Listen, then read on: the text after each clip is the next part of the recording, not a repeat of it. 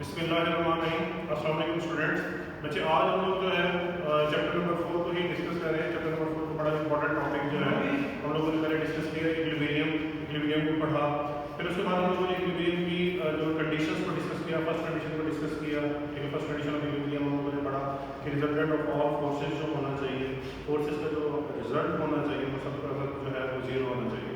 आज हम लोग डिस्कस कर रहे हैं वो इसकी सेकंड कंडीशन को डिस्कस करेंगे। सेकंड कंडीशन में क्या है कि रिजल्टेंट ऑफ ऑल टॉर्क, अगर हम लोग उसके टॉर्क को भी देखें तो वो भी हमारे पास जीरो होना चाहिए। तो हम लोग ये देखें, इसके अंदर हम लोग इसी स्टेटमेंट को देखते हैं। Body satisfy second condition of equilibrium. एक बॉडी जो सेकंड कंडीशन ऑफ इक्विलिब्रियम को सेटिस्फाई करती है। कब सेटिस्फाई करती है? When it's resultant torque acting on it is zero, जब उसके अंदर उसकी रिजल्टेंट टॉर्क जो है वो जीरो होगी। अगर हम लोग इसका देखेंगे जैसे जिस तरह हम लोगों ने फर्स्ट कंडीशन में लिखा था sigma F is equal to 0 में वो resultant of all forces zero थी, यानी कि resultant of all torque zero है। तो हम लोग इसे टॉर्क के सिंबल के जरिए से रिप्रेजेंट करेंगे टॉर्क को, तो रिजल्टेंट ऑफ ऑल टॉर्क ये भी हमारा पास जीरो होगा। इसे मैं थोड़ा एग्जांपल से डेमोंस्ट्रेट करता हूं। मेरे पास एक यूनिफॉर्म रॉड है जो कि 1 मीटर जिसकी लेंथ है। इसे मैंने एक बेंच के ऊपर रख दिया। अब जब मैंने इसे बेंच के ऊपर बैलेंस करके रख दिया तो मैंने उसे ये देखा कि इसकी जो एक साइड है इसकी ये जो मोमेंट आर्म बन रहा है 0.5 मीटर बन रहा है, इस साइड में 0.5 मीटर बन रहा है।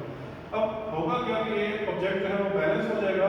इसका क्या मतलब हुआ कि इसका जो क्लॉकवाइज टॉर्क है इसका जो एंटी क्लॉकवाइज टॉर्क है, ये दोनों एक दूसरे को बैलेंस कर देंगे और इसका रिजल्टेंट जो है वो जीरो हो जाएगा। इसे हम थोड़ा और ज़्यादा डिमोंस्ट्रेट करते हैं। यानी कि अगर मैं इसे यूं कर देता हूं कि यहाँ पर एक वेट जो है वो हैंग कर देता हूं, क्योंकि मेरे पास स्ट्रेंथ जुड़ा है, इस साइड में भी एक वेट जो है वो भी मैं हैंग कर देता हूं ताकि दोनों साइड में इसे बैलेंस किया जा सके। इस साइड पे जिस तरह मैंने पहले बताया मोमेंट आर्म जो है 0.5 मीटर है, इस साइड पे भी मोमेंट आर्म 0.5 मीटर है। अगर मैं क्लॉकवाइज टॉर्क को फाइंड आउट करना चाहता हूं तो इसका जो मेरे पास वेट है और इसकी जो फोर्स है इसे मोमेंट आर्म से मल्टीप्लाई कर देता हूं तो मेरे पास 5 न्यूटन मीटर इसका आंसर आ जाएगा। फिर सिमिलरली मैं इसका एंटी क्लॉकवाइज टॉर्क की फाइंड आउट कर लेता हूं। इसका वेट जो मेरे पास फोर्स है वो 10 न्यूटन है और इसका मोमेंट आर्म है वो 0.5 मीटर है। इसे दोनों को मैंने मल्टीप्लाई कर दिया तो एंटी क्लॉकवाइज टॉर्क मेरे पास 5 न्यूटन मीटर आ गया। कंडीशन के मुताबिक क्या है कि क्लॉकवाइज टॉर्क और एंटी क्लॉकवाइज टॉर्क के मतलब रिजल्टेंट ऑफ ऑल टॉर्क को जीरो होना चाहिए। तो एक जो क्लॉकवाइज टॉर्क है उसे मैं पॉजिटिव ले लेता हूं और एंटी क्लॉकवाइज टॉर्क उसे मैं नेगेटिव ले लेता हूं। जब इन दोनों का सम करता हूं तो मेरे पास आंसर जीरो हो जाता है। मेरे पास फर्स्ट कंडीशन और सेकंड कंडीशन ऑफ इक्विलिब्रियम जो है उसे ये सेटिस्फाई करती है। फिर से रिलेटेड हमारे पास एक एग्जांपल है। एग्जांपल में देखिए हमारे पास एक यूनिफॉर्म रॉड है जिसकी लेंथ जो है वो 1.5 मीटर है और उसे एक वेज के ऊपर रखा हुआ है, लेकिन वेज के ऊपर इस तरह से रखा हुआ है कि 0.5 मीटर के फासले के ऊपर एक साइड के ऊपर 0.5 मीटर के फासले के ऊपर उसे रख दिए। मतलब एक साइड बड़ी है और एक साइड छोटी है। जो छोटी साइड है उसकी लेंथ जो है वो 0.5 मीटर है, जो बड़ी वाली लेंथ है इसकी जो साइड है वो तकरीबन 1 मीटर है। हमें ये कहा जाता है कि एक साइड में जो फोर्स, जो छोटी वाली साइड में जो फोर्स एक्ट कर रही है वो 100 न्यूटन एक्ट कर रही है। कहा यह जाता है इसका वेट भी फाइंड आउट करें, इसका वेट कितना है और इसके अंदर नॉर्मल डायरेक्शन में फोर्स लग रही है वो भी फाइंड आउट करें, वो कितनी है। सबसे पहले हम लोग ये देखते हैं कि इस साइड में जो हमारा ये मोमेंट आर्म है हम लोगों ने देखे जो जो चीज़ें हमें दी है वो हम लोगों ने फाइंड आउट कर ली। ये हमारे पास अगर फोर्स देखी जाए या हमारे पास फोर्स देखी जाए वो 100 न्यूटन है, मैंने उसकी फोर्स 100 न्यूटन से वैल्यू पुट कर दी। ये ओ से लेके ए तक का जो फासला वो 0.5 मीटर है वो मैंने इसकी वैल्यू पुट कर दी। और मुझे ये पता है कि ये इसका जो मिड पॉइंट है वो जी के ऊपर है। ए से लेके जी तक का फासला और जी से लेके बी तक का फासला वो बराबर होना चाहिए, वो 0.75 मीटर होना चाहिए, वो मैंने इसकी वैल्यू दे दी। और अगर मैं ये ओ से लेके जी तक का फासला, ये वाला फासला वेज से लेके और इसके जो वैल्यू जी तक का जो फासला ये मैं फाइंड आउट करना चाहता हूं तो मैं क्या करूंगा, इस टोटल फासले में से ये वाला फासला माइनस कर दूंगा तो मेरे पास इसकी वैल्यू आ जाएगी 0.25 मीटर। वेट मैंने फाइंड आउट करना है, नॉर्मल डायरेक्शन मैंने फाइंड आउट करना है। मैं सेकंड कंडीशन ऑफ इक्विलिब्रियम को इसके अंदर वैल्यू पुट करता हूं। तो वैल्यू पुट करते हुए क्या है कि जिस तरह ये मालूम है कि रिजल्टेंट ऑफ ऑल टॉर्क जो होनी चाहिए वो जीरो होनी चाहिए। तो यहाँ पर देखो ये देखें ये फोर्स जो लग रही है ये 100 न्यूटन लग रही है और इसका मोमेंट आर्म 0.5 मीटर है। तो ये देखें कि मैंने लिख दिया फोर्स मल्टीप्लाई बाय 0 जो है मल्टीप्लाई बाय ओ ए, ये वाले फासले को। अच्छा यहाँ पर देखें नॉर्मल डायरेक्शन जो है वो ऊपर की तरफ लग रहा है और इसका कोई फासला नहीं है, तो आर को मैंने 0 से मल्टीप्लाई कर दिया।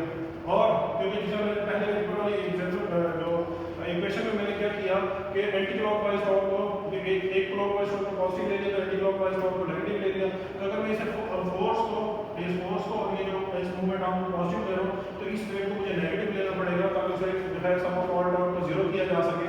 तो वेट को और इस जो मूवमेंट आर्म है जो कि 0.25 मीटर है जो कि मेरे पास वो जी से मेंशन किया और इसे इसके साथ मल्टीप्लाई करके वेट को मैंने ओ जी से मल्टीप्लाई कर दिया और इसी कंडीशन के मुताबिक सारी रिजल्टेंट का टॉर्क का आंसर क्या आना चाहिए, 0 आना चाहिए। अब मैंने अगले अगले उसमें इसकी वैल्यूज पुट कर ली, फोर्स की जगह मैंने 100 पुट कर लिया, फोर्स से लेके ए तक का फासला 0.5 मीटर है। रिजल्टेंट का जो उसका नॉर्मल रिएक्शन फोर्स है वो 0 से मल्टीप्लाई होगा तो उसका आंसर 0 आ जाएगा। वेट मैंने फाइंड आउट करना है, वो से लेके जी तक का फासला 0.25 मीटर है, माइनस 0.25 मीटर है, जब इसे इधर लेके जाएंगे तो पॉजिटिव 0.25 मीटर हो जाएगी, वेट मल्टीप्लाई 0.25 मीटर हो जाएगा। और इधर मैंने इन दोनों वैल्यूज को मल्टीप्लाई करके तो 50 आ गया, 50 is equal to W multiply 0.25, 0.25 को जाके 50 नीचे डिवाइड कर दिया तो मेरे पास वेट की वैल्यू आ गई, तो मेरे पास आ जाएगी 200 न्यूटन। अब मैंने इसमें से वेट फाइंड आउट कर लिया, मुझे नॉर्मल रिएक्शन भी चाहिए। नॉर्मल रिएक्शन को फाइंड आउट करने के लिए मैं क्या करता हूँ, नॉर्मल रिएक्शन को फाइंड आउट करने के लिए मैं यूँ करता हूँ कि रिजल्टेंट ऑफ ऑल फोर्सेस लेता हूँ, वो भी मेरे पास 0 है। क्योंकि यहाँ पर अगर देखा जाए, यहाँ पर अगर मेरे पास जो ये यूनिफॉर्म रॉड है ये मेरे पास वाई एक्सिस के ऊपर, ठीक है, ये मेरे पास जो है वर्टिकली मूव कर रहा है, तो मैं इसे क्या कर लेता हूँ, नॉर्मल रिएक्शन को पॉजिटिव ले लेता हूँ, इस वाली फोर्स ये नीचे लग रही है और इसका वेट भी नीचे लग रहा है, दोनों को मैं नेगेटिव ले लेता हूँ। तो देखिए नॉर्मल रिएक्शन में से फोर्स और वेट को मैंने माइनस करके ये टोटल जो है सम जो है रिजल्टेंट ऑफ ऑल फोर्सेस वो 0 आ जाएगा। अब मैंने कहते हैं इनकी वैल्यूज पुट कर ली, फोर्स की जगह पे 100 न्यूटन पुट कर लिया, जो कि फोर्स मेरे पास 100 न्यूटन है, और वेट जो मैंने फाइंड आउट किया वो 200 न्यूटन है, इसकी वैल्यू मैंने 200 न्यूटन पुट कर दी। माइनस 100 माइनस 200 तो माइनस 300 आ गया, माइनस 300 को इधर लेके जाएंगे तो प्लस 300 हो जाएगा, तो नॉर्मल रिएक्शन की वैल्यू मेरे पास प्लस 300 न्यूटन आ जाएगी। मेरे पास सारा इसे फुलफिल कर दिया, मैंने निकाली वैल्यू। आप लोगों ने सारे बच्चों ने इस न्यूमेरिकल की प्रैक्टिस कर ली है, तो इसी तरह से प्रिपेयर भी कर लेना। अपना भी और अपने पेरेंट्स का ख्याल रखिएगा। अल्लाह हाफ़िज़।